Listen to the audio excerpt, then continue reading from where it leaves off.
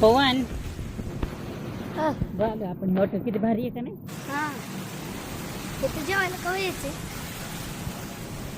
जेवायला होय येऊया की आपण कधीतरी निवांत असतो ना मग येऊया. बघ इकडं पण किती भारी आहे का नाही. वाव झाडं बिडं कसलं भारी भारी केलेलं आहे पवन.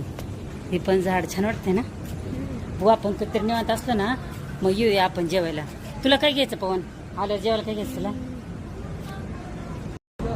रोट्या चपाती भाजी भात. ती तर आपण घरी पण खातोय की पण स्पेशल पनीरची भाजी हा पनीर नाहीतर मग ती पनीर टिक्का.